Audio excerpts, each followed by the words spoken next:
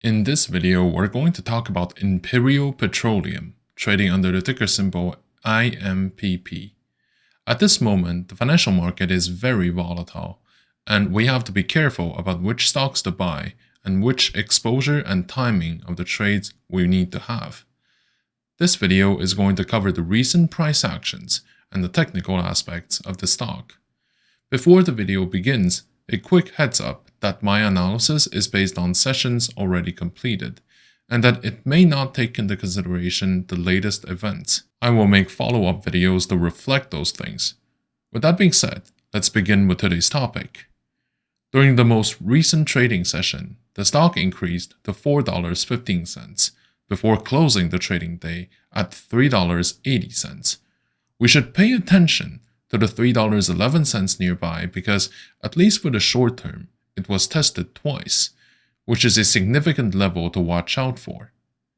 Over the past 30 days, the trend of the stock has been bullish because it is clearly benefiting from the real-world events and is meeting a sudden increase in demand for oil exposure.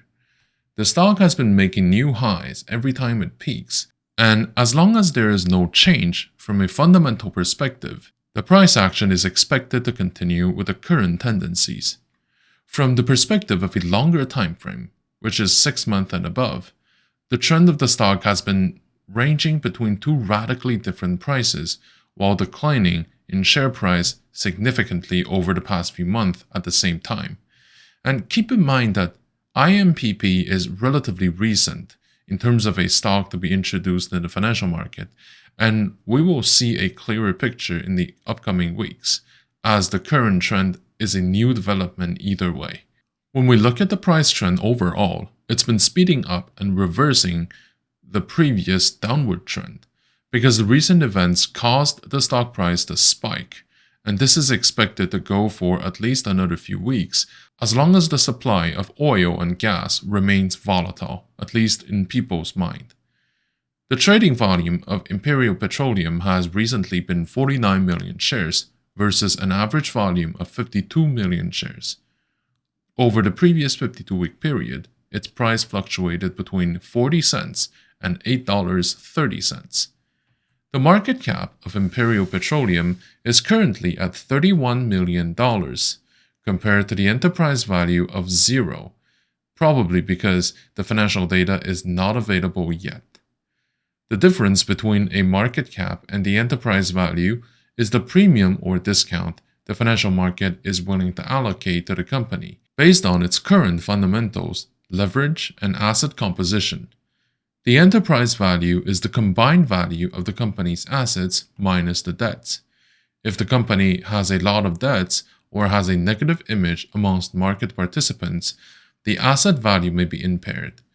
With that being said, at the end of the day, it is still an estimation from the market that is published every time it publishes its financial statements.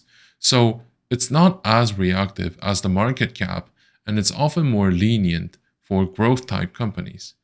One key element to note regarding the enterprise value is that for many growth type companies, one of the most significant assets they own is called goodwill.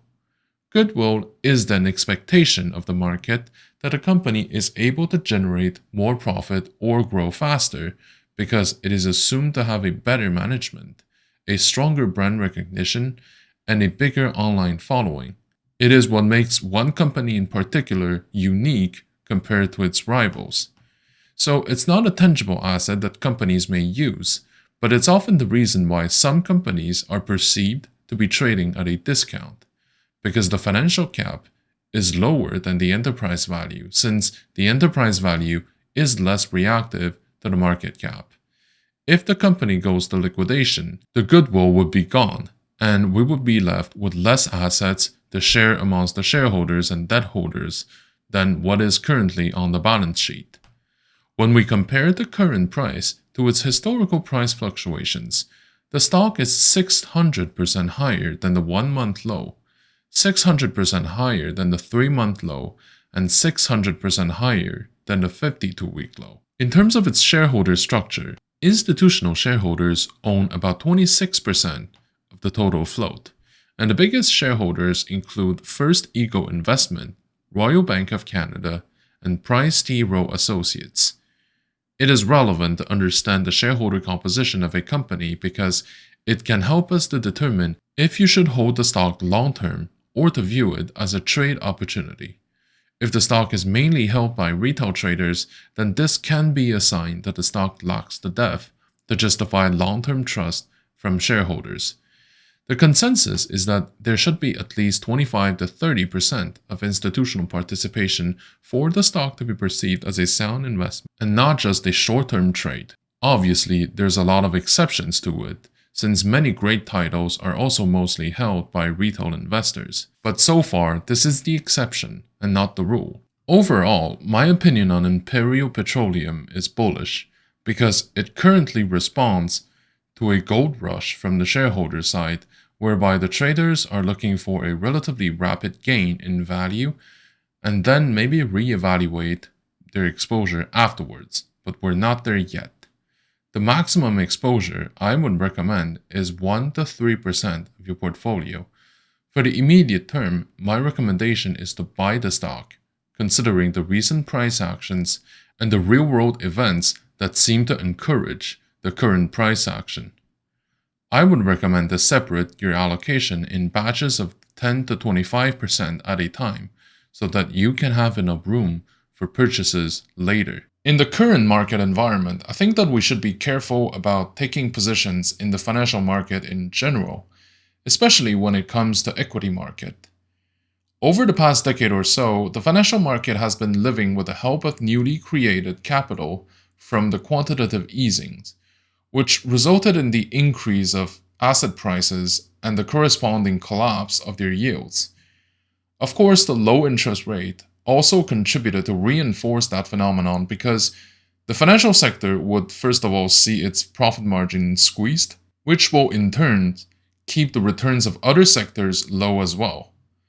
At the same time, the market doesn't represent the real economy, and the real economy often doesn't get reflected in the prices of their own securities. The market is a game of supply and demand, which will depend on a number of factors, not just the fundamentals. And I want to say that fundamentals sometimes doesn't play that much of a role at all. If the asset prices only depend on the fundamentals, then their performances in Northern Hemisphere would have been more than mediocre, because things have mostly been stagnant over the years, ever since the last economic recession. A few things can explain why asset prices managed to remain high during these years, despite the stagnation of the underlying businesses. The first one is that over the years, there has been more money printed by different central banks to support their local economies. But because that money is distributed to banks and expected to be loaned to businesses, and that there aren't that many opportunities in the real world, the money went into the financial sector to buy up assets. Of course, the QEs are wrapping up in many countries, so for the next couple of years, it's not going to be the main driving force to keep the asset price high. But it's compensated by the arrival of new capital from different regions in North America because it's still perceived as a safe haven for investors. With the rising tensions around the world, this capital inflow will probably be a sustained phenomenon over the years to come. The last phenomenon is the creation of artificial bubbles that are either supported by the real market trends or completely fictional to allow market participants to play the game of hot potato and to either generate profit or to safekeep their capital. Of course, the people who end up with the hot potato lose money, but that's another story. The EV sector in 2020 is an excellent example of this. Nevertheless, what it means for the market is that the degree of uncertainty is probably going to increase over the foreseeable future, as the expectation for a recession has been building up for more than a decade, and that the economic difficulties are accumulating around the world, especially in Asia.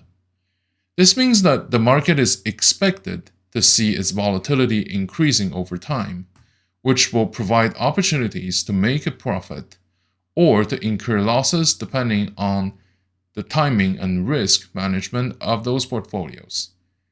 Another thing to note for this period of time is to be very careful with having short positions.